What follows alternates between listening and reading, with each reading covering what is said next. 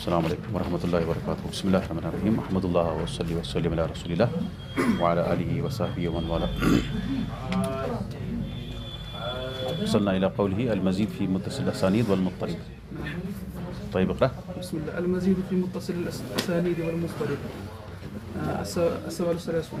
ما هو المزيد في السؤال الثلاثون. طيب ما هو المزيد في متصل الأسانيد عند أهل الحديث واذكر شرطه وما هو المضطرب وإلى كم ينقسم. طيب جواب.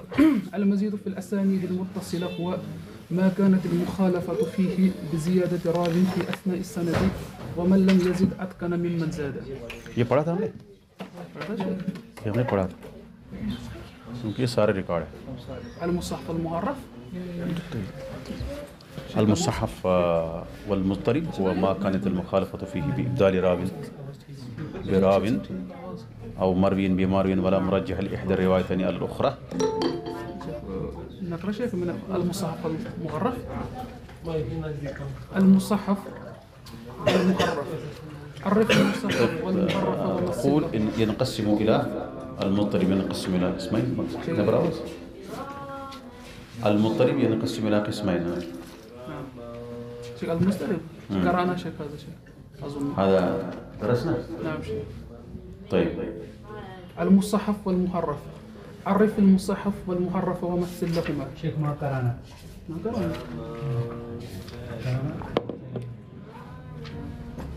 المزيد في الأسانيد المتصلة هو ما كانت المخالفة فيه بزيادة راو في أثناء السند ومن لم يزد أتقن ممن زاد وشرطه أن يقع التصريح بالسماء في موضع الزيادة وإلا فمتى كان معنعنا ترجحت الزيادة. المزيد في متصل الأسانيد المتصلة هو ما كانت المخالفة فيه بزيادة راو في أثناء السند. مزید فی الاسانید المتصلہ جس میں یعنی مزید کس کو کہتے ہیں المزید فی متصل اسانید وہ حدیث کی قسم ہے جس میں مخالفت ہوتی ہے راوی کا اضافہ کرتے ہوئے. راوی کو زیادہ کیا جاتا ہے سند کے دوران اور جس نے زیادہ نہیں کیا وہ زیادہ متقن مانا جاتا ہے. جس نے وہ زیادہ متقن ہوتا ہے یعنی زیادہ قوی ہوتا ہے حفظ میں. یہ سند جو ہے متصل ہے. سند متصل ہے جیسے ہمارے پاس نافع امام مالک روایت کرتے ہیں نافع سے وہ ابن عمر سے اور وہ نبی صلی اللہ علیہ وسلم سے. یہ متصل سند ہے لیکن بیچ میں جو نافع ہے وہ ایک راوی کو بڑھا دیتا ہے. نافع عن ابن عمر بیچ میں ایک راوی اور ہے مطلب اس میں اضافہ ہوتا ہے حالانکہ وہ ہونا نہیں چاہیے. مجھے لگتا ہے ہم نے بورڈ پہ سمجھایا تھا. یہ بورڈ پہ نہیں سمجھایا تھا. مثال کے طور پر ہمارے پاس سند ہے یہی امام مالک روایت کرتے ہیں کس سے نافع سے اور وہ کرتے ہیں ابن عمر سے اور وہ نبی صلی اللہ علیہ وسلم سے. یہ متصل اسناد ہے سند متصل ہے. مان لو یہاں پہ امام مالک سے روایت کر رہا ہے یحییٰ اللیثی الاندلسی اور ابو مصعب الزہری جسے کئی روات ہیں تو یہاں You may never.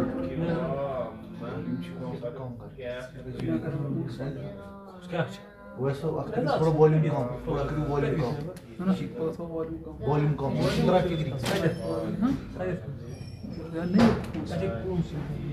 چلو ہم نے کہا امام مالک سے ابو مصعب الزہری یا یحییٰ اللیثی روایت کر رہا ہے. ٹھیک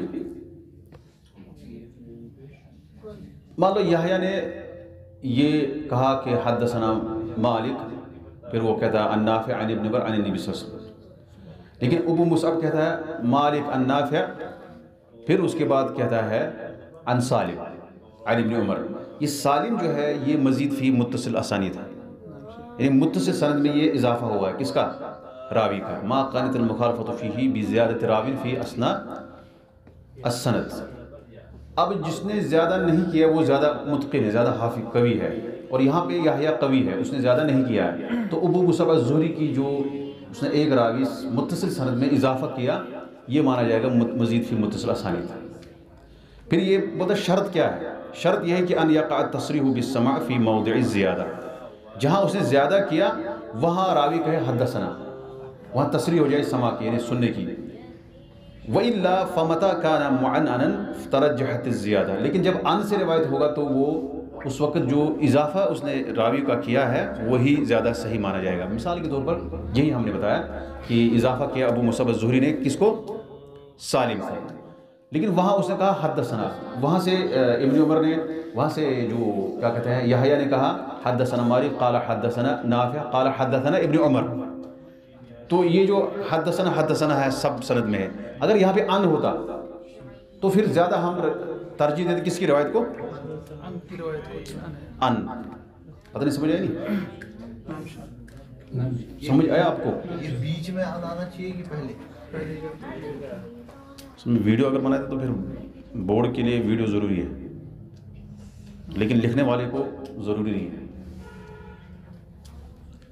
کیا مطلب یہ کیا کریں آپ؟ تو کیا شوان ان کا جو اضافہ ہے یہ بیچ میں آنا چاہیے کہ پہلے؟ نہیں، جیسے ہم نے کہا کہ مالک کس سے روایت کرتا ہے؟ نافع سے. نافع کرتا ہے ابن عمر سے اور وہ نبی صلی اللہ علیہ وسلم سے. ٹھیک، اب مالک سے کون روایت کر رہے ہیں یہاں پہ؟ یحییٰ، کیونکہ امام مالک کا شاگرد یحییٰ. ٹھیک، اور ایک راوی ہے ابو مصعب. یحییٰ نے کہا مالک قال حدثنا نافع قال حدثنا ابن عمر قال النبی صلی اللہ علیہ وسلم. یہ تمام سمجھ، یعنی یہ چھن ان کن جائے سندے مس ان ما شیت مگر ابو مصعب اگر ان آسے ان وش ابو مصعب یون سنا حدثنا مالک قال حدثنا نافع پتہ ونان قال یا حدثنا سالم یا عن سالم. وہ سندی مس اضافہ کران ایڈ کران کمس؟ سالم، مگر اصل چھن سے کہیں. اگر ہو سند آسیا یحییٰ اللیثی مطلب جو اس نے سند بیان کی ہے، اگر تتھ مز آسیا کن جائے مطلب ان نافع آسیا نافع عن ابن عمر، تیل ہکا ونت کہ اتھ سالم اس اضافہ کرمت تم زیادہ روایت یہ قوی تکیاز تتھ مز اضافی چیز یہ ونان وشرطہ ان یقع التصریح بالسماع فی موضع زیادہ. تو آپ اس کو سن لینا، اگر نہیں آئے گا سمجھ انشاءاللہ پھر ہم مزاد کریں گے. وَإِلَّا فَمَتَا كَانَ مُعَنَّنًا تَرَجَّحَتِ الزِّيَادَةُ، اگر اس سند میں ان ہوگا جو قوی راوی ہے اور یہاں پہ وہ یحییٰ اللیثی ہے تو پھر جس نے زیادہ کیا اسی کی روایت کو ہم زیادہ قوی مانیں گے، کیونکہ وہاں پہ حدثنا ہے. ایوہ حدثنا میں فرق ہوتا ہے. والمطرب ہوا ما كانت المخالفة فيه بإبدال راو براو او مروی بمروی ولا مرجح لإحدى الروايتين على الأخرى. مطرب کو سو یتھ مز مخالفت گژھِ اخ یہ کرے راوی بدل مطلب چینج، اخ آس ناو یعنی بدل، ایک راوی کو دوسرے کے مطلب بدلے میں چینج کرتا ہے، یا روایت کو روایت کے بدلے میں چینج کرتا ہے. مخالفت ہو جاتی ہے کس کی؟ جس میں مخالفت واقع ہوتی ہے راوی کو راوی سے بدل دیتا ہے، چینج کر دیتا ہے. مطلب راوی ہے نافع، یہ وہاں پہ کہتا ہے سالم، یا وہ روایت کو روایت کے بدلے میں چینج کرتا ہے. اور دونوں روایتوں میں سے ایک کو ہم دوسرے کو ترجیح نہیں دے سکتے ہیں. دو روایت ہمارے پاس ہے، دونوں کو ہم ترجیح کسی ایک کو ہم ترجیح نہیں دے سکتے ہیں. اصل میں ہم نے بتایا تھا شاید کہ مضطرب وہ حدیث ہے جس میں اضطراب پیدا ہوتا ہے. اضطراب مطلب تذبذب میں پڑ جاتا ہے، لغت میں کہتے ہیں کہ اضطراب. جیسے حدیث میں آیا ہے کیف کنتم تعرفون قراءۃ النبی صلی اللہ علیہ وسلم فی صلاۃ الظہر والعصر قالوا باضطراب لحیتہ، مطلب حرکت کی وجہ سے. مطلب اضطراب کس کو کہتے ہیں؟ حرکت. مضطرب حدیث اس کو کہتے ہیں وہ الحدیث المروی علی اوجہ مختلفہ متساویہ فی القوہ ولا يمكن الجمع بینہا ولا الترجیح، لا يمكن بینہا الجمع ولا الترجیح. وہ حدیث جو مروی ہے جس کو روایت کیا گیا ہے مختلف سند اس کے ہیں، نہیں تاچہ واریاہ زیادہ سند، لیکن سارے سندے جو ہے قوت میں برابر ہے.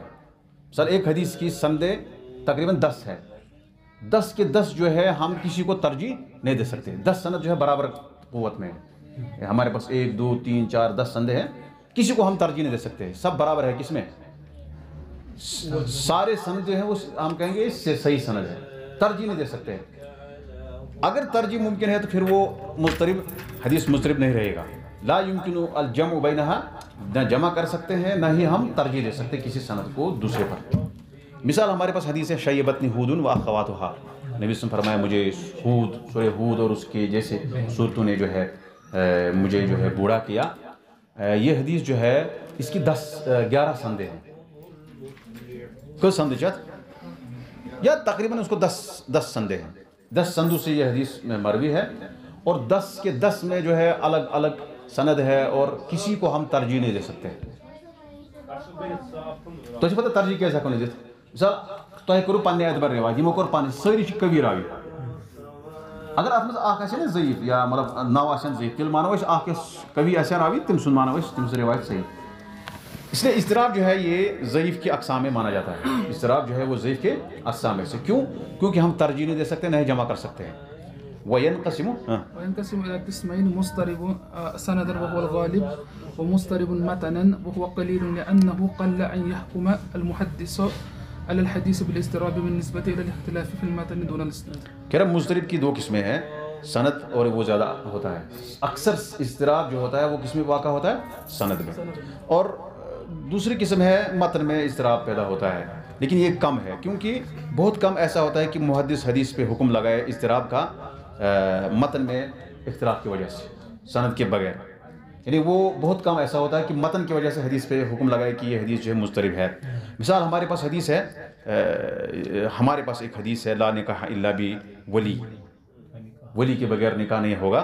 تو یہ حدیث جو ہے بعض لوگوں نے اس کو اضطراب کا حکم دیا ہے، کیونکہ بعض نے مرسل کہا، بعض نے اس کو متصل روایت کیا. لیکن یہ چونکہ جو مطلب اس کو مرسل روایت کرنے والے ہیں وہ قوی راوی ہیں، سفیان ہے اور شعبہ ہے، یہ بڑے محدثین میں مانے جاتے ہیں. مگر چونکہ یس یمن مقابلہ میں کینٛہہ روات تم زیادہ توجہ مطلب علی ابن المدینی، عبد الرحمن ابن مہدی، اور اسی طرح سے امام بخاری نے لا نکاح الا بولی کو زیادہ مطلب اس کو راجح قرار دیا ہے کہ یہ حدیث جو ہے یہ زیادہ قوی ہے جو متصل ہے. یعنی اتصال کو اس نے راجح قرار دیا. یعنی اس میں اضطراب ہے. بعض نے کہا کہ یہ متصل ہے اور بعض نے اس کو مرسل روایت کیا، لیکن زیادہ اس میں ہم نے ترجیح دیا ہے، اور وہاں پہ ہم نے کہا کہ جو متصل روایت ہے وہ زیادہ قوی ہے. اگر جو اس کو مطلب سفیان اور اسی طرح سے شعبہ یہ قوی محدثین میں جبل مانے جاتے ہیں، پہاڑ قوی ہے، مطلب انہوں نے اس کو مرسل روایت کیا، اور دوسرے لوگ بھی قوی ہے، تو اس میں وجوہ جو ہے لگتے ہیں برابر، یعنی سارے سندیں ایک جیسے لگتی ہے قوت میں. مگر چونکہ بہت سارے محدثین نے اس میں اتصال کو راجح قرار دیا. انہوں نے کہا کہ یہ حدیث جو ہے یہ قول جو ہے نبی صلی اللہ علیہ وسلم کا فرمان ہے، متصل سند ہے. اس میں ارسال کو ما رواه التابعی عن النبی صلی اللہ علیہ وسلم، اس میں مباشرتاً اس میں تابعی ڈائریکٹ نبی صلی اللہ علیہ وسلم سے روایت کرتا ہے، بیچ میں صحابی گر گیا ہے. تو اس میں بھی بعض نے صحابی کو گرا دیا، یعنی صحابی کا ذکر نہیں کیا.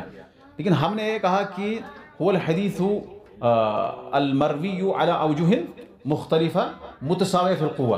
سندیں تو قوت میں برابر ہے، لیکن ساتھ میں ایک چیز ہے لا يمكن الجمع بینہا ولا الترجیح، نہ جمع کرنا ممکن ہے اور نہ ترجیح. لیکن یہاں جمع کرنا ہمیں، ترجیح دینا ہمیں ممکن ہوا ہے. وہ کیا ہے کہ ہم نے اس کو اتصال متصل سند قرار دیا ہے، کیونکہ اکثر محدثین نے وہی کیا ہے. جیسے امام بخاری ہے، ابن مہدی ہے، تو یہ بڑے محدثین میں مانے جاتے ہیں. اس لیے اگر اضطراب حدیث میں ہوگا، اضطراب ایک نے متصل روایت کیا، ایک نے کیا کیا اس کو مرسل روایت کیا، یا ایک نے اس میں مطلب اختلاف بہت زیادہ ہے کہ ہم نہیں کسی نتیجے پہ نہیں پہنچ سکتے ہیں، تو اس صورت میں اگر جمع کرنا ممکن ہو پھر وہ مضطرب حدیث نہیں رہتی ہے. المصحف والمحرف. عرف المصحف والمحرف ومثل لهما. طيب. المصحف هو ما كانت المخالفة فيه بالتغيير في النقط مع بقاء صورة النقط. ايوه. ووقوعه في المتون أكثر منه في الأسانيد. اب یہاں ایک چیز ہے، ہم نے مزید فی متصل اسانید اور مضطرب کو ہم نے پڑھ دیا، اس سے پہلے ہم نے مقلوب پڑھا تھا. ابھی ہے ایک چیز المصحف، یعنی راوی کی مخالفت کی وجہ سے کیا کیا اصطلاحات سامنے آتی ہیں. مطلب وہاں ہم نے کہا تھا مدرج الاسناد، اس طرح سے مقلوب، راوی خطا کرتا ہے تو حدیث کو پلٹ دیتا ہے، یا کبھی سند میں راوی کا اضافہ کرتا ہے، یا ابھی اگر وہ خطا کر جاتا ہے، راوی مخالفت کر رہا ہے تو کس طرح سے کرتا ہے. کہتا ہے کہ المصحف، مصحف کس کو کہتے ہیں؟ یعنی مصحف ہوتا ہے، وہ مصحف ہوتا ہے مطلب چینج، یعنی تصحیف کرنا، یعنی اس کو تبدیل کر دینا. آپ پڑھ رہے ہیں، غلط پڑھ رہے ہیں، آپ مطلب آپ کے پاس حدیث ہے یا کوئی عبارت ہے، آپ کو لگ رہا ہے کہ ایسا ہے لیکن وہ ایسا ہوتا نہیں، اس کو کہتے ہیں تصحیف. اصطلاح میں ما كانت المخالفت به فيه بتغییر فی النقط، نقطوں میں جو ڈاٹ ہوتے ہیں نا، ہم نقطے ڈالتے ہیں اس طرح سے، آسان، جیسے قاف پہ کتنے نقطے ہیں؟ 2، ثا میں کتنے؟ 3، اس کو کہتے ہیں نقط۔ کہہ رہا جس مصحف اس حدیث کو کہتے ہیں جس میں مخالفت ہوئی ہے، مخالفت واقع ہوئی ہے لیکن نقط میں تبدیلی ہوئی ہے، نقاط میں کیا ہوئی ہے؟ تبدیلی ہوئی ہے، لیکن خط جو ہے وہ باقی ہے، خط لکھنے کی جو صورت ہے اس میں وہ باقی ہے، رسم الخط باقی ہے، لیکن نقاط میں چینجنگ ہوئی ہے۔ اور اس کا متون میں یہ زیادہ واقع ہوتا ہے سند کے مقابلے میں، یہ متن میں حدیث کے الفاظ میں زیادہ ہوتا ہے۔ اس کی مثال سے سمجھ آئے گا کہ مصحف کیا ہے۔ مثال ہو في المتن حديث من صام رمضان وأتبعه 6 من الشوال، الحديث صحفه أبو بكر الصولي فقال وأتبعه شيئا من الشوال۔ مثال متن میں جو ہے تصحیف ہوتی ہے، تصحیف چینجنگ ہوئی ہے، مخالفت واقع ہوئی ہے کہ اس نے کسی حرف کو 2 نقطے ڈال کے پڑھا، اس میں تھا نہیں نقطہ لیکن اس نے ڈالا، یا اس نے نقطہ ہٹا دیا، اس کو کہتے ہیں تصحیف۔ تصحیف المتن کی مثال من صام رمضان واتبعہ 6 من شوال، جس نے رمضان کے روزے رکھے اور اس کے بعد شوال کے 6 دن رکھے۔ یہ حدیث مشہور ہے، کہتے ہیں صحف ابو بکر الصولی، ابو بکر الصولی البغدادی ایک محدث ہے، محمد بن یحییٰ البغدادی، اس کو انہوں نے چینج کیا، اس نے پڑھا من صام رمضان واتبعہ شیئا من شوال، 6 کی جگہ کیا پڑھا؟ اوپر نقطہ تھا اس کو نیچے کر دیا، اس کو کہتے ہیں ما كانت المخالفت فيه بتغییر فی النقط مع بقاء صورت الخط۔ اس نے اس کو چینج کیا، نقطے 2 اوپر تھے لیکن اسے کر دیا نیچے، 6 کی جگہ کیا کر دیا؟ شیئن کر دیا۔ یہ ہے تصحیف المتن، اور اس سے معنی بھی چینج ہوا ہے۔ ہم کہیں گے کہ جس نے شوال کے 6 دن رکھے، یہ تو الگ معنی ہے، اب ہم کہیں گے جس نے کچھ شوال میں سے رکھا ہے، یہ تو الگ معنی ہے۔ وہ مثال فی السند، بس ومثاله في السند الأوام بن مراجم بالراء والجيم صحفه بعضهم وقال الأوام بن مزاحم۔ اب مراجم ہے ہمارے پاس، عوام نام ہے، اس کے والد کا نام ہے مراجم، لیکن کسی نے پڑھا اس کو مزاحم، را پہ اوپر نقطہ ڈال دیا اور مزاحم پڑھ دیا، اور یہ ابن معین نے پڑھا ہے، ایسا ابن معین نے پڑھا ہے۔ ہمارے پاس مثال تصحیح معنوی کی بھی مثال ہے، جیسے ابو موسیٰ العنزی ایک محدث تھا، ایک شخص تھا، وہ قبیلہ عنزہ سے تھا، عنزہ ایک قبیلہ ہے عنزی، ہمارے ایک استاد تھے ربح العنزی، وہ ابھی بھی مطلب بڑے استاد ہیں۔ عنزہ جو ہے ایک قبیلہ ہے، فیملی کا نام، جیسے نا خاندانی نام ہے۔ تو حدیث میں آیا ہے کہ وہ کہتا ہے کہ نحن قوم لنا شرف صلی علینا رسول اللہ صلی اللہ علیہ وسلم، ہم ایسی قوم ہے کہ ہمیں شرف ملا ہے کیونکہ نبی صلی اللہ علیہ وسلم نے ہمارے طرف نماز پڑھی۔ اور حقیقت میں حدیث میں آیا ہے کہ صلی نبی صلی اللہ علیہ وسلم الی عنزہ، نبی صلی اللہ علیہ وسلم نے ایک چھڑی کی طرف اس کو گھاڑ کے نماز پڑھی، سترہ بنا کے، صلی اللہ علیہ وسلم الی عنزہ، عنزہ کس کو کہتے ہیں؟ عصا، چھڑی، لور تمہ دبو سے پت پر تمہ تاخ کر نماز بولو سترہ، کچھ ہمیں باعث ہو کہ نبی صلی اللہ علیہ وسلم نے ہمارے قبیلے کی طرح نماز پڑھی ہے۔ دیکھو کتنی بڑی غلطی ہوئی ہے، اس کو کہتے ہیں تصحیح معنوی۔ ان کو حدیث میں لگا کہ حدیث صحابی کہہ رہا ہے کہ صلی رسول اللہ صلی اللہ علیہ وسلم الی عنزہ، نبی صلی اللہ علیہ وسلم نے چھڑی کی طرح نماز پڑھی، مطلب چھڑی گاڑی اس کو مطلب سترہ بنا کے رکھا۔ وہ سمجھتا ہے کہ نحن قوم لنا شرف صلی علینا رسول اللہ صلی اللہ علیہ وسلم، ہم تو ایسی قوم ہے، ہمیں شرف ملا ہے کیونکہ نبی صلی اللہ علیہ وسلم نے ہمارے طرف نماز پڑھی ہے، ہمارے خاندان کی طرف۔ یہ بالکل غلط معنی ہے، تصحیح معنوی ہے۔ اور اسی طرح سے تصحیف دیکھنے کی وجہ سے ہوتا ہے، اور اسی طرح سے تصحیف ہوتا ہے مطلب سنتا ہے کوئی، جیسے آپ کوئی نام سنتے ہیں، جیسے ہمارے پاس محدثین کے نزدیک مثال ہے عاصم الاحول، اور بعض اوقات جو ہے اس کو لوگ پڑھتے ہیں عاصم الاحدب، یعنی سننے میں اس کو غلطی ہوتی ہے، جیسے ہم کہتے ہیں نا کہ اس کا تھوڑا سا سننے میں تھوڑا سا کمزوری ہے، اس کی وجہ سے وہ استاد کچھ بولتا ہے، محدث کچھ بولتا ہے اور وہ سنتا کچھ اور پھر وہی لکھتا ہے اور آگے غلطی چلتی ہے۔ ہاں، والمحرف هو ما كانت المخالفة فيه بالتغيير في الشكل مع بقاء دیکھو صورة الخط۔ میرے پاس ایک ہمیں استاد نے بتایا تھا، مجھے یاد نہیں آ رہا، انہوں نے بتایا تھا کہ ایک شخص حضرت عثمان رضی اللہ عنہ کے زمانے میں ایسا ہوا ہے، یا اموی دور میں ایسا ہوا ہے کہ ایک شخص نے ایک خط لکھا، یعنی تصحیف سے کیا واقع ہوا ہے، خط لکھا اور خط میں لکھا ہے کہ یہ جو صاحب الخط ہے انصروہ، یا اس طرح کے الفاظ انہیں بتائے تھے، مجھے بالضبط یاد نہیں، اور ہم نے کتاب کا حوالہ بھی نہیں بتایا، میں نے ڈھونڈنے کی کوشش کی، نہیں ملا۔ تو اس میں انہوں نے لکھا ہے کہ انہوں نے کہا کہ خط میں لکھا تھا کہ یہ جو صاحب خط ہے، جس کے پاس جو صاحبی لیٹر ہے، جب آپ کے پاس خط پہنچے گا انصروہ، اس کو مدد کرنا، اس کو کیا کرنا ہے، یا اس طرح کے الفاظ اس نے لکھا۔ تو اس نے پڑھا، اس کو جو لکھنے والا ہے اس نے پڑھا اقتلوہ، جو لکھنے والا ہے اس نے کیا کرا، اقتلوہ، بھائی کاتب ہوتا ہے نا کاتب، اس کو کہا کہ بھائی آپ اس لکھو صاحب الخط انصروہ، اس نے سوچا، اس نے کہا اقتلوہ صاحب الخط اقتلوہ۔ تو جب خط اس کے پاس پہنچا، اس پہ لکھا تھا کہ جب آپ کو یہ خط ملے گا اس کو قتل کر دینا، تو اٹھا اس نے قتل کر دیا۔ مطلب یہ لکھنے کی وجہ سے تصیب جو ہوئی ہے کئی جگہ پہ ہوئی ہے، بہت سارے لوگوں نے مطلب سنن ترمذی میں تصیب کی ہے، سنن ترمذی میں بھی تصیب احناف نے کی ہے، ایک دو جگہ پہ، دو تین چار جگہ پہ، بلکہ اس میں بتایا ہے عبد الرحمن المعلمی جو یمن کے ہیں، انہوں نے بتایا ہے کہ احناف نے کوشش کی ہے تصحیح کرنے کی، یعنی لفظ کو چینج کرنے کی، تاکہ وہ اپنے مذہب کی تائید میں ہو جائے، مطلب وہ بالکل غلط ہے۔ مثال فی السند، مثاله في السند تحریف السلیم بفتح السین بسلیم بضمها۔ سند میں تحریف ہوتی ہے، بس صرف نام چینج ہوتا ہے، زیادہ نہیں ہوتا ہے فرق، لیکن کبھی کبھار جو نام چینج ہوا ہے وہ دوسرا یا تو ثقہ ہوگا یا ضعیف ہوگا، یعنی کبھی کبھار آپ کے پاس سند صحیح ہے لیکن نام چینج کیا ہے راوی نے، اس کی وجہ سے سند آپ اس راوی کا جو نام چینج اس نے پڑھا ہے غلط پڑھا ہے، تو اس وجہ سے جو ہے وہ حدیث کا حکم جو ہے مختلف ہو جاتا ہے۔ جیسے ہمارے پاس سلیم ہے، حالانکہ دونوں صحیح ہے، لیکن کبھی کبھار دوسرا راوی ہوگا جو ضعیف ہوگا، تو اس کی وجہ سے حدیث مانی جائے گی ضعیف، یا وہ ضعیف ہوگا اور آپ نے اس راوی کا نام پڑھا جو ثقہ ہے، تو وہ حدیث جو ہے ضعیف صحیح ہو جائے گی، اس طرح سے۔ ومثاله في المتن حديث جابر بن عبد الله رضي الله عنه، متن میں اس کی مثال کیا ہے، رمى أبي يوم الأحزاب، حرفه غندر فقال أبي بالإضافة إلى ياء المتكلم، وإنما هو أبي ابن كعب، وأما أبو جابر رضي الله عنه فقد استشهد قبل ذلك يوم أحد في السنة الثالثة من الهجرة، یوم احد فی السنة الثالثة من الہجرہ۔ متن کی مثال کیا ہے، متن میں جو تعریف ہوتی ہے، یہ تصحیف ہوتی ہے، تحریف ہوتی ہے۔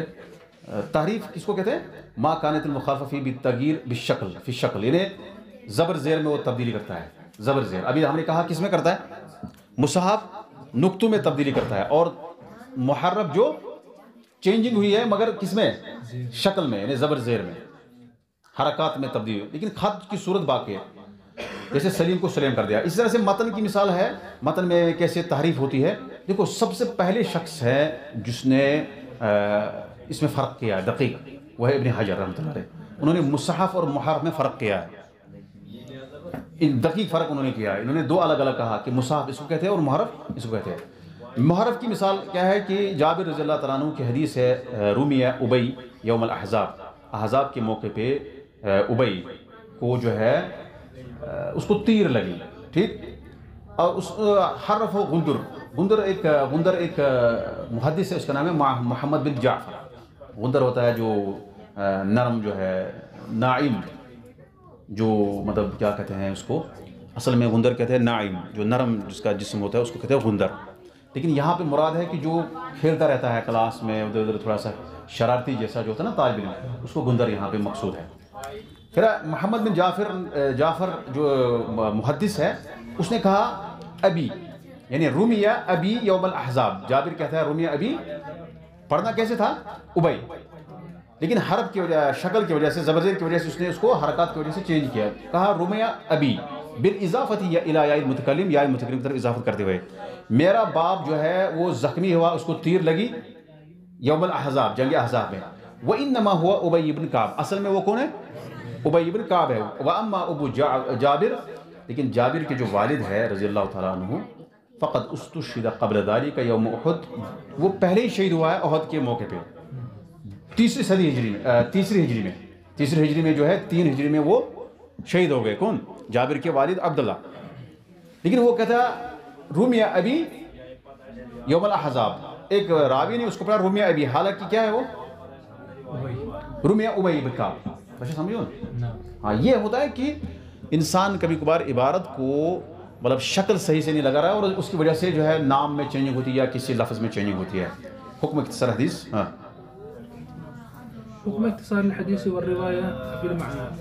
هل يجوز تغيير صورة المتن بالنقص أو إبدال اللفظ بالمرادف له؟ سوال یہ ہے کہ کیا اب یہ کہتا ہے اختصار حدیث کو مختصر کرنا اور روایت بالمعنی معنی کے ساتھ کسی حدیث کو روایت کرنا اپنے مطلب آپ نے سمجھا حدیث پھر اپنے حساب سے آپ نے کیا, اس کا کیا حکم ہے؟ حدیث کو مختصر کرنا, طویل حدیث سے آپ نے خلاصہ بیان کیا, اس کو سمرائز کیا, یا آپ کے پاس حدیث ہے آپ نے اس کو اپنے الفاظ میں بیان کیا, ایسا کیا اس کا کیا حکم ہے؟ کہتا ہے کہ کیا متن کو تبدیل کرنا جائز ہے, متن کی جو صورت ہے کم کرتے ہوئے یا لفظ کو چینج کرنا اس جیسے لفظ کے ساتھ, ایک لفظ سے آپ نے دوسرا لایا, جیسے ہمارے پاس مطلب کئی حدیثیں ہیں جس میں انسان دوسرے الفاظ استعمال کر سکتا ہے, یعنی جس کو مترادف کہتے ہیں سینونیمز, کیا ایسا جائز ہے؟ هذا السؤال مشتمل على مسألتين. هذا السؤال مشتمل على مسألتين. یہ سوال مشتمل ہے دو مسئلوں پر. الأولى مسألة اختصار الحديث. أيوة. الثانية مسألة الرواية بالمعنى. فأما اختصار الحديث فالأكثرون على جوازه بشرط أن يكون المختصر له عالما بمدلولات أن يكون المختصر أيوة له عالما بمدلولات الألفاظ وبما يحيل المعاني. أيوة. لأن العالم لا ينقص من الحديث إلا ما لا تعلق له بما يبكيه منه بخلاف الجاهل فإنه قد ينقص ما لا تعلق ما له تعلق كأن يترك الاستثناء مثلا. ٹھیک کہہ رہا, اما یہ حدیث یہ سوال جو ہے اس کے دو مسئلوں پر مشتمل ہے. الاولا مسئلۃ اختصار الحدیث, حدیث کو مختصر کرنا اس کا مسئلہ, اور دوسرا مسئلہ ہے الروایہ بالمعنی. اما اختصار الحدیث فالاکثرون علی جوازہ, حدیث کو مختصر کرنا اکثر محدثین اس کے جواز کے قائل ہیں. شرط یہ ہے کہ مختصر جو ہے اس حدیث کو اختصار کرنے والا جانتا ہو الفاظ کے مدلول کو, یعنی الفاظ سے جو معنی نکلتا ہے اس کو جانتا ہو, وہ بما یحیل المعانی, اور جو معنی کو چینج کرتا ہو, یعنی اس کو الفاظ کے جو مدلول پر بھی نظر ہونی چاہیے اور کون سا لفظ جو ہے معنی کو چینج کرتا ہے یہ سب اس کو پتہ ہونا چاہیے. لأن العالم لا ينقص من الحديث إلا ما لا تعلق له بما يبقي منه, کیونکہ عالم جو ہوگا وہ حدیث میں وہ چیز کم نہیں کرے گا جس کا حدیث سے کیا ہے تعلق ہو, یعنی وہ کم نہیں کرے گا. لا ينقص من إلا ما لا, کیا لکھا ہے اس میں؟ ما لا تعلق له بما يبقي. یہ تھوڑا سا عبارت میں تھوڑا سا گموز ہے. بہرحال خلاصہ کلام ہے کہ العالم لا ينقص من الحديث إلا بما لا تعلق له, صحیح, یعنی عالم جو ہوگا وہ حدیث میں وہی کام کرے گا جس کا حدیث سے تعلق نہیں ہے.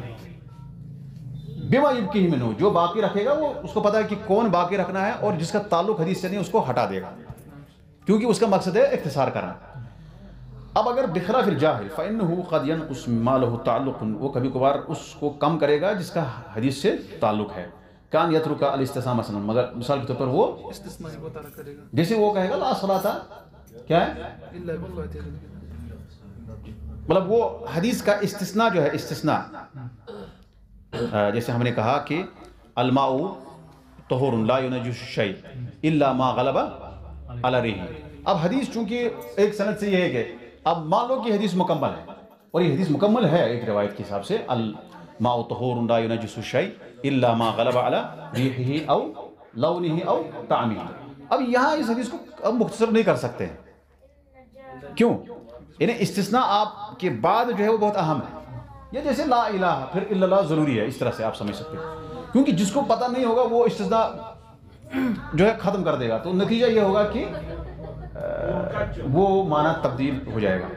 اما الرواية بالمعنى, اما الرواية بالمعنى فالاكثرون على الجواز ايضا ومن اقوى حجج. دیکھو روایت بالمعنی بھی اکثر جو ہے اس کے جواز کے قائل ہے, اور دلیل کیا ہے؟ ہاں, الاجماع على جواز الشرح الشريعة للعجم بلسانهم للعارف به, فإذا جاء باللغة الأخرى فجوازه باللغة العربية, فإذا جاز باللغة الأخرى فجوازه باللغة العربية أولى. کہہ رہا روایت بالمعنی اس کے بھی اکثر جواز کے قائل ہے, اور ان کی سب سے قوی دلیل کیا ہے؟ وَمِنْ أَقْوَى حُجَجِهِمْ, ان کے دلیلوں میں سے سب سے قوی دلیل یہ ہے اس بارے میں الاجماع علی جواز شرح الشریعۃ للعجم بلسانہم للعارف بھی، اس بات پر اجماع ہے کہ شریعت کو، اسلام کو ہم وضاحت اس کی کر سکتے ہیں، اس کی جوازت ہے اجمیوں کے لیے ان کی زبان میں جو اس کو جانتا ہے.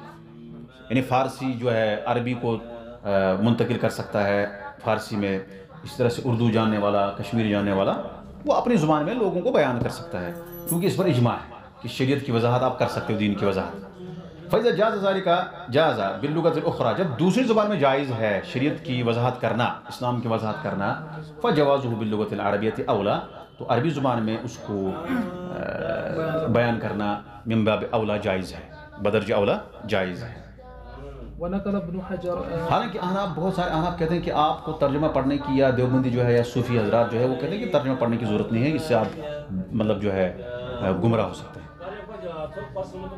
جبکہ ہم نے کہا کہ اجماع ہے کس پہ؟ اس پہ علماء کرام کا اجماع ہے.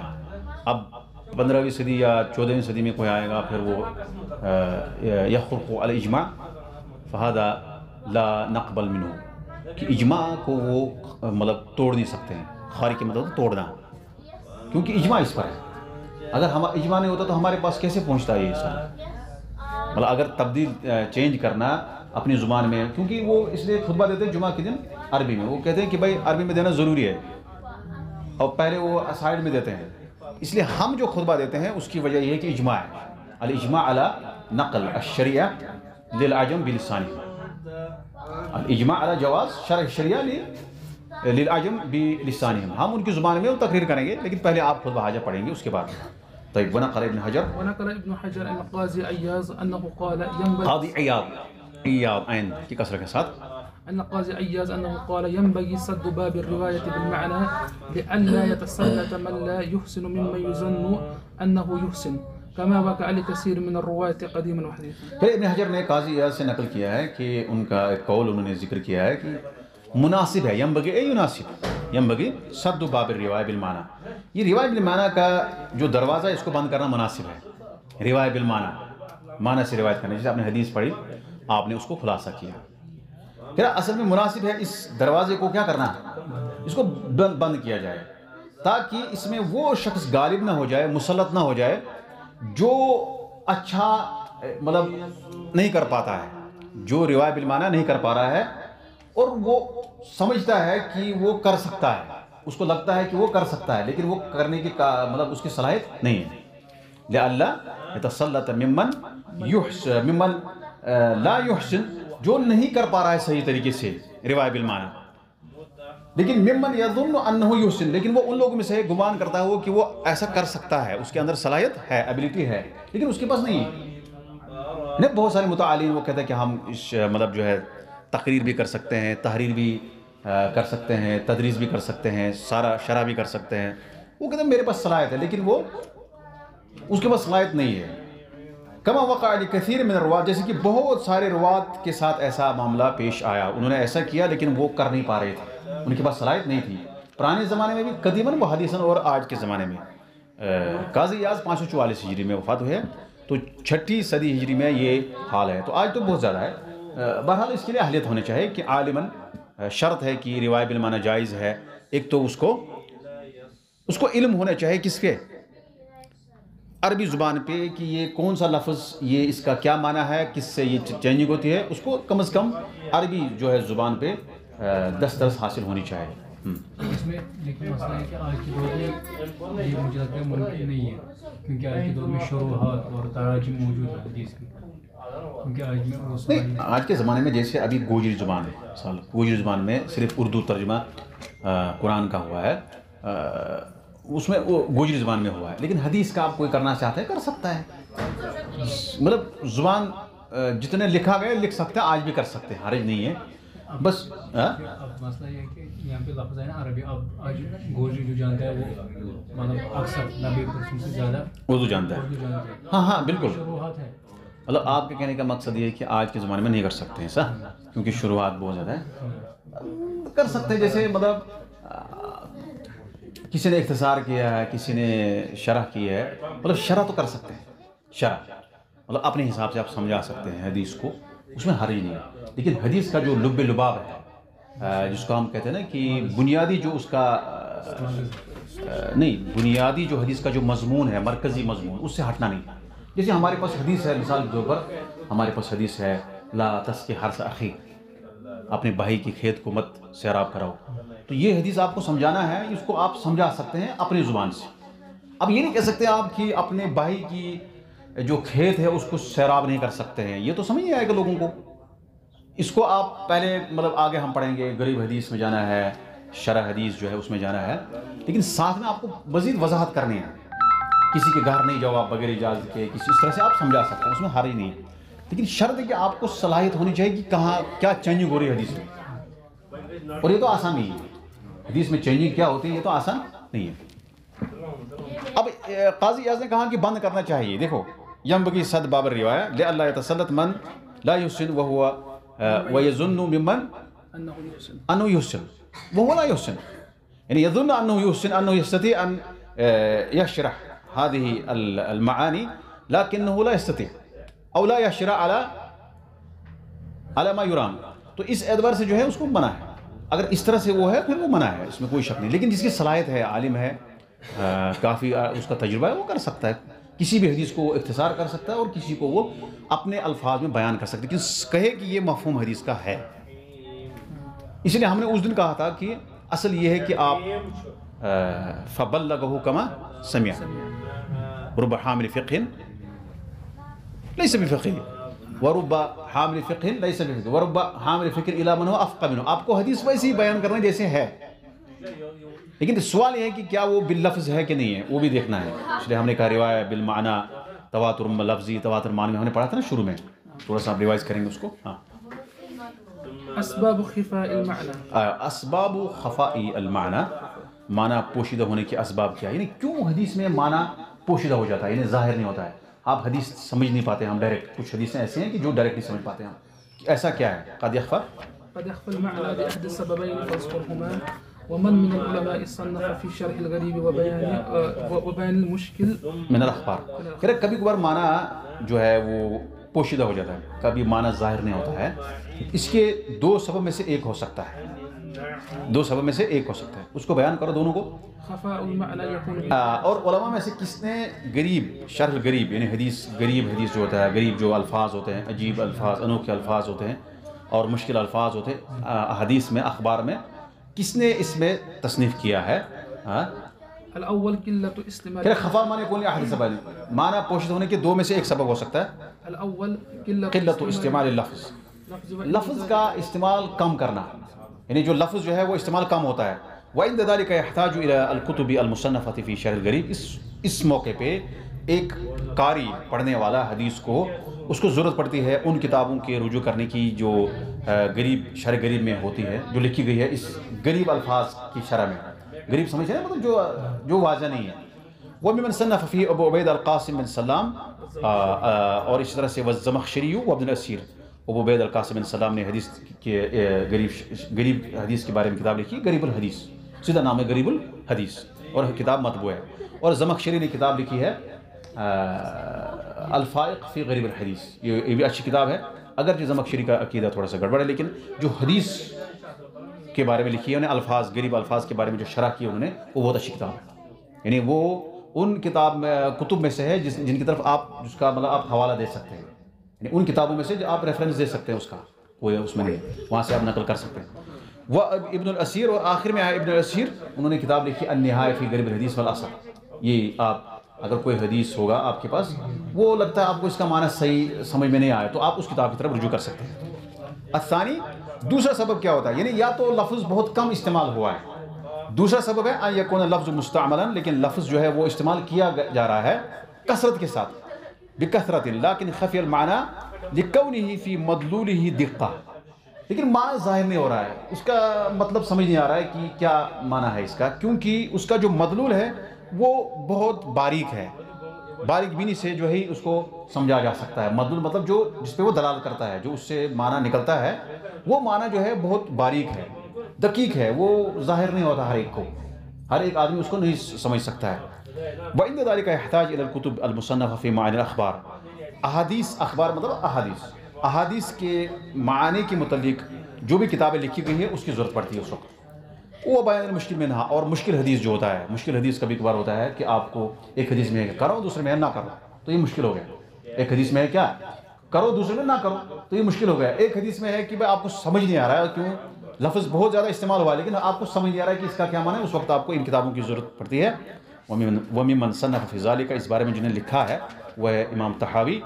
انہوں نے کتاب لکھی ہے مشکل الآثار، اور اس طرح سے انہوں نے لکھی کتاب شرح معانی الآثار، اور اس طرح سے خطابی انہوں نے کتاب لکھی غریب الحدیث، اور ابن عبد البر نے بھی کتاب لکھی ہے اس بارے میں. اور ان کی جو کتاب ہے مطبوع التمہید ہے لما فی المؤطا من المعانی والاسانید، اس طرح سے انہوں نے اس کار لکھا ہے. ٹائم ختم ہو گیا؟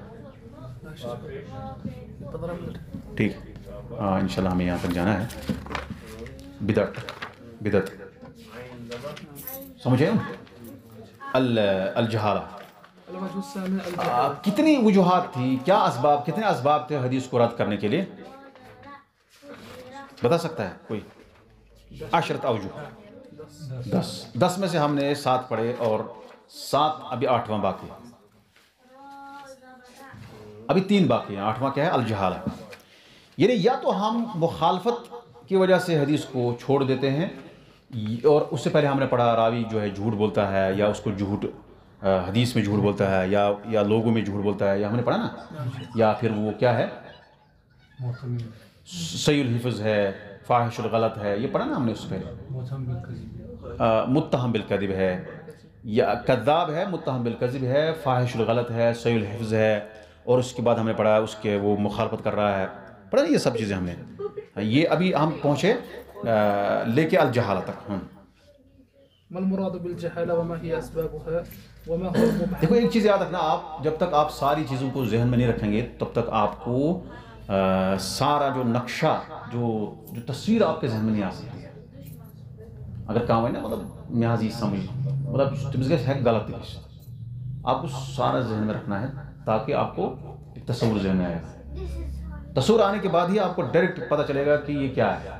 نہیں تو وہ ہوتا ہے نا انسان گوتا لگا رہا ہے، اس کو پتہ نہیں کہ ساحل کہتے ہیں اس کو، کنارہ کہاں ہے. تو وہ تبھی لگے گا جب آپ کو جہہ پتہ ہوگا کہ کس سائڈ سے کنارہ ہو سکتا ہے، ساحل ہو سکتا ہے.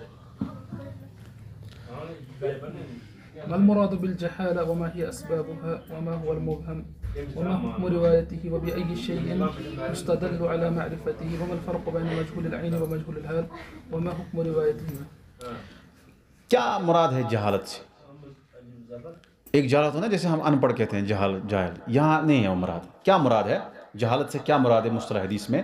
اس کے اسباب کیا ہیں، اور مبہم کس کو کہتے ہیں، اور اس کی روایت جو راوی مبہم ہوگا اس کی روایت کا کیا حکم ہے، کس چیز سے اس کی معرفت حاصل ہوگی، کس کی؟ مبہم کی.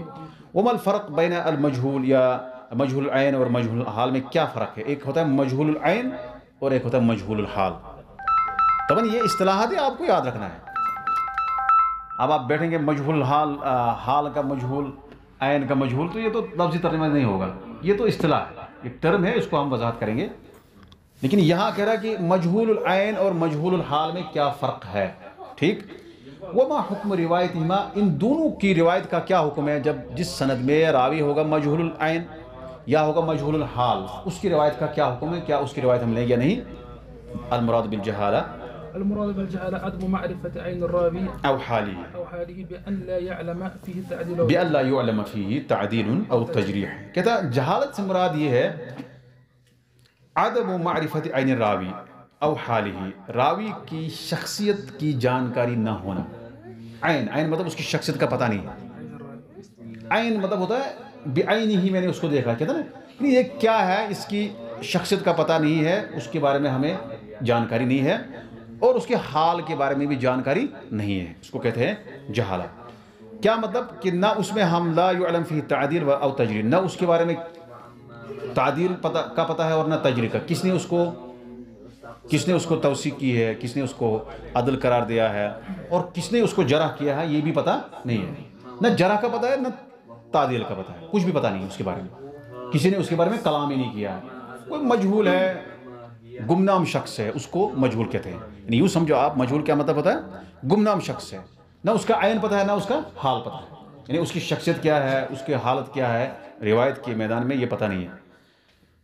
وہ اسبابها ثلاثہ، اس کے 3 اسباب ہیں کیوں ایک راوی مجہول ہو جاتا ہے۔ جیسے عورتیں، آپ نے دیکھا کہ روایت کے میدان میں عورتوں کا وہاں کہیں نام نہیں ہے، بہت کم ہے، کیونکہ وہ اکثر مجہول ہو جاتی ہیں، کیونکہ اس کے اسباب ہیں۔ ان تینوں میں سے ایک سبب ضروری ان کا ہوتا ہے جو آگے بتائے گا، کیونکہ عورتیں زیادہ نہیں ہوتی نا روایت کے میدان میں نہیں آتی ہیں، لا یتعرضن للروایہ، وہ روایت نہیں کرتے زیادہ، کیونکہ حیا ہے، باقی چیزیں ہیں، اس لیے وہ خاموش ہوتے ہیں۔ حالانکہ ان کے اندر بھی برابر یہ چیز ہے، وہ بھی محدثات ہوتی ہیں وغیرہ، لیکن وہ نہیں کرتی ہیں۔ تو کہتا ہے کہ ایک راوی کیوں مجہول ہوتا ہے، اس کے 3 اسباب ہیں۔ نمبر 1، الأول كثرة نعوت الراوي من اسم أو كنية أو لقب أو حرفة فيستشهر فيشتهر بالشيء منه الشيء فيذكر بغير ما استشهر به فيحصل الجهل شيء يستشهر، شنو كان فيشتهر بالشيء أيوة. منها فيذكر بغير ما استشهر به فيحصل الجهل بحاله۔ یہاں تک ٹھیک ہے۔ کہہ رہا پہلا سبب ہے کہ راوی کے جو صفات ہیں بہت زیادہ ہیں، راوی کی صفات بہت زیادہ ہے۔ مثال کے طور پر اس کے نام، کنیت یا لقب، یا جو وہ کام کر رہا ہے اس کا ہابی کیا ہے، یا اس کا مطلب کام کیا ہے، حرفہ سمجھتے نا۔ فیشتہر بشیء منہا، ان میں سے ایک کا وہ ایک سے مشہور ہو جاتا ہے، اس کا کوئی لقب ہے، اس کا کوئی نام ہے، یا اس کا کوئی کام ہے یا کنیہ ہے، ان میں سے ایک کی وجہ سے وہ مشہور ہو جاتا ہے۔ فَيُذْكَرُ بِغَيْرِ مَا اشْتُهِرَ بِهِ، تو اس کو ذکر کیا جاتا ہے جس سے وہ مشہور نہیں ہے۔ جسے کوئی ہوتا ہے نا مشہور کسی لقب، کوئی یا چاہے لقب اچھا ہو یا برا ہو، یا اس کا کوئی نام ہوتا ہے، پھر نام لیکن دوسرا نام اس کو مشہور ہے، تو وہ کیا ہوتا ہے فَيُذْكَرُ بِغَيْرِ مَا اشْتُهِرَ بِهِ، تو اس کو اس نام سے ذکر کیا جاتا ہے جس سے وہ مشہور نہیں ہے۔ فَيَحْصُلُ الْجَهْلُ بِحَالِهِ، تو اس کی حالت کے بارے میں جہالت ہوتی ہے، یعنی تعارف نہیں ہوتا اس کا۔ اس کی مثال کیا ہے؟ ومن أمثلته محمد بن السائب ابن بشر الكلبي نسبه بعضهم إلى جده جیسے ہمارے پاس جیسے مطلب مشہور ایک وائز ہے ویری صاحب، ہے نا، تو ایک مرتبہ ان کا نام آیا تھا مشتاق احمد بٹ، ان کا نام آیا تھا کیا، مطلب اس کو جمعیت میں جب وہ رکن ارکان جو شورا ہوتے ہیں نا، تو وہاں انہوں نے کسی نے نام دیا تھا ان کا مشتاق احمد بٹ۔ اب کون جاتا ہے مشتاق احمد بٹ، جانتا کوئی؟ وہ کس سے مشہور ہے، وہ نسبت سے۔ فَيُذْكَرُ بِغَيْرِ مَا اشْتُهِرَ بِهِ فَيَحْصُلُ الْجَهْلُ بِحَالِهِ۔ اب مشتاق احمد بٹ آپ کہیں گے تو اس کو کوئی نہیں جانتا ہے، ہاں تقی الدین کہیں گے ابن تیمیہ، تو مشہور کس طرح سے ہے ابن تیمیہ سے، یا امام ابو حنیفہ رحمۃ اللہ علیہ، اگر آپ کہیں گے نعمان تو لوگ نہیں جانیں گے، تو اس وجہ سے حالت کیا ہو جاتا ہے، جہل ہوتا ہے، یعنی جہالت راوی کی راوی جو ہے گمنام ہو جاتا ہے۔ اسی طرح سے عورتیں جو اپنا نام ذکر نہیں کرتی ہیں، بعض عورتیں ایسے ہوتے ہیں کہ نام وہ بتاتی نہیں ہیں، حالانکہ نام بتانے میں حرج نہیں ہے، جب روایت کے میدان میں آنا ہے وہ بتاتی نہیں ہے، تو اس سے کیا ہوتا ہے، وہ غیر معروف ہو جاتی ہے، اس لیے وہ مجہولات ہے۔ اکثر نساء جو ہے امام ذہبی نے کہا کہ وہ مجہولات ہے۔ نسب بعضهم الى جدہ، بعض نے کہا محمد بن صائب محمد بن بشر، فقال محمد بن بشر، یہ جو محمد بن صائب بن بشر الکلبی ہے نا، بعض نے اس کو دادے کی طرف نسبت کی، انہوں نے کہا محمد بن بشر، وسمى بعضهم حماد بن صائب وكنه بعضهم ابا النضر وبعضهم ابا سعید، بعض نے اس کو نام کہا اس کا یہ حماد ہے، بعض نے کہا ابو النضر کنیت ہے، بعض نے کہا ابو سعید ہے، بعض نے کہا ابو شام ہے، فصار يظن انه جمع وهو واحد، تو لگنے لگا کہ یہ بہت سارے لوگ ہیں لیکن وہ ایک ہی ہے، اور نتیجہ یہ ہوا کہ وہ گمنام ہو گیا، کون؟ راوی۔ تو گمنام ہونے کی وجہ سے روایت کے میدان میں اس کو چھوڑ دیا گیا، اس کی روایت کو نہیں لیا گیا۔ تو پہلا سبب ہے راوی کے مجہول ہونے کا کہ اس کی زیادہ نام ہے، زیادہ صفات ہے، جس کی وجہ سے وہ پھر وہ اس نام سے ذکر کیا جاتا ہے جو مشہور نہیں۔ دوسرا أن يكون الراوي مقلا من الحديث فلا يكسر الإحسان۔ ہاں الحمدللہ آج ہم نے اچھا پڑھا تیز۔ راوی جو ہے وہ حدیث کم روایت کرتا ہے تو اس سے اخذ کم ہوتا ہے، فلا یکسر الاخذ، اس سے اخذ زیادہ نہیں ہوتے ہیں، اس سے لینے میں جو ہے شاگرد کم ہو جاتے ہیں۔ راوی جو ہے وہ ایک مرتبہ دو مرتبہ اس نے کوئی حدیث بیان کی ہے، اس کی شاگرد کم ہے، تو اس وجہ سے ایک راوی ہو جاتا ہے مجہول، یعنی کم حدیث روایت کرتا ہے۔ تیسرا السادس ألا يسمى الراوي اختصارا من الراوي أنه كأن يقول أخبرني رجل أو بعضهم أو شيء ويسمى المبهم. اب یہاں کہتا ہے کہ تیسری وجہ ہے، تیسرا سبب ہے کہ کیوں راوی مجہور ہو جاتا ہے، کہ راوی کا نام نہیں دیا جاتا ہے، اس کا نام نہیں لیا جاتا ہے، جس سے وہ جو اس سے روایت کرتا ہے وہ اختصار چاہتا ہے، وہ کہتا ہے حدثنی رجل، مجھے کسی آدمی نے کہا، مجھے اخبرنی رجل او بعضهم او شیخ ویسمى المبہم. ہاں اس کو مبہم کہتے ہیں، یعنی ہوا فالمبہم ہوا الراوی الذی لم یسم. مبہم وہ راوی ہے جس کا نام نہیں ذکر کیا. یہ اصطلاح ہے، اس کو آپ یاد رکھیں گے. المبہم هو الراوی الذی لم یسم، وہ راوی جس کا نام، جیسے حدثنی رجل، تو رجل کیا ہے؟ مبہم. حدثتنی امرأۃ، یہ مبہم، یہ ہو گیا مبہم یہاں پہ. طيب وحكم روايته الرد ولو أبهم بلفظ التعديل ولو أبهم بلفظ التعديل على الأصل. کہا اس کی روایت کا کیا حکم ہے اگر سند میں آئے گا حدثنی رجل یا حدثنی شیخ یا حدثنی ايش حدثنی بعضهم یا حدثنی بعض الناس، تو اس طرح کا اگر سند میں کوئی راوی ہوگا اس حدیث کا کیا حکم ہے؟ رد، اس کو ریجیکٹ کرنا ہے، اگرچہ وہ لفظ تعدیل سے بھی اس کو مبہم رکھا گیا ہے.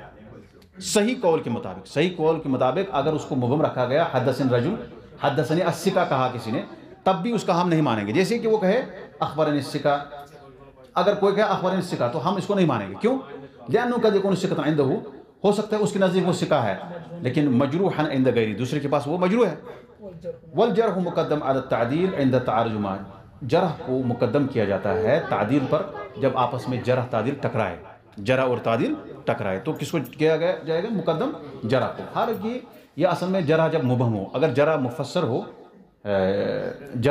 اگر جرح مبہم دونوں ہو پھر اس کو مقدم کیا کریں گے، کس کو؟ جرح کو. لیکن اگر کہیں جرح مبہم ہے اور تعدیل وضاحت ہے تو پھر اس کا الگ حکم ہے، آگے انشاءاللہ آئے گا. ويستدل على معرفة اسم المبهم. خلاص اس میں ہے، دیکھو حدثنی الثقہ اگر جیسے امام شافعی کہیں گے یا امام بخاری کہیں گے تو پھر اس میں کوئی شک نہیں کہ ہم اس کو لے لیں گے، کیونکہ یہ ہم عارفون باسباب الجرح والتعدیل، اور یہ ان میں سے ہیں جو مطلب بڑے پائے کے علماء ہیں، محدثین ہیں. اگر اس طرح کی کہیں گے حدثنی الثقہ تو ہم لے لیں گے جو معروف محدثین ہیں. لیکن اگر عام مطلب سند میں کوئی کہے گا حدثنی الثقہ تو پھر اس کو ہم نہیں لیں گے، کیونکہ جیسے امام بخاری ہے اس طرح کے دوسرے تھوڑی ہوتے ہیں. یا جیسے تدلیس مطلب کہاں کیا مطلب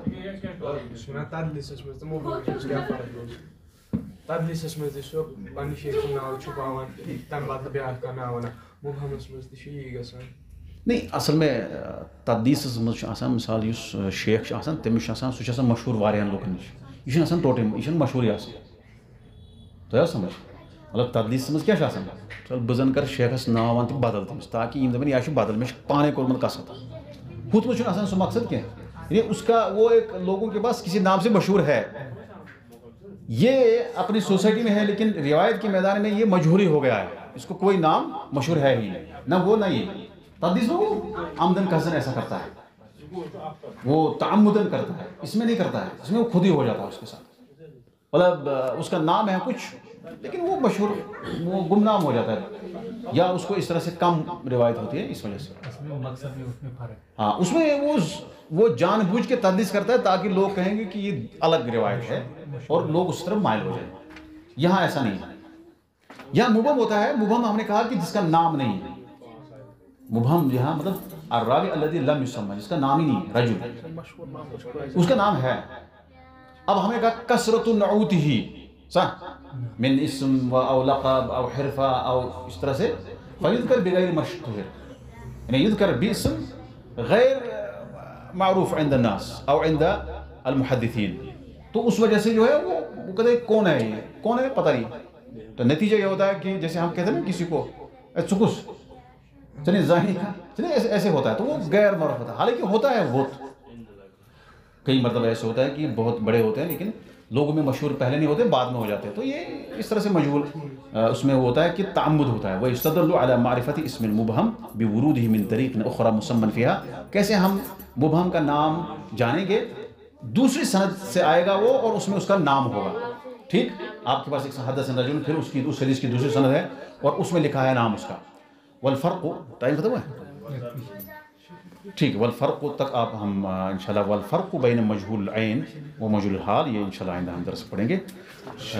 نکتفی بهذا القدر انشاءاللہ ونقبل في الاسبوع الجاي انشاءاللہ.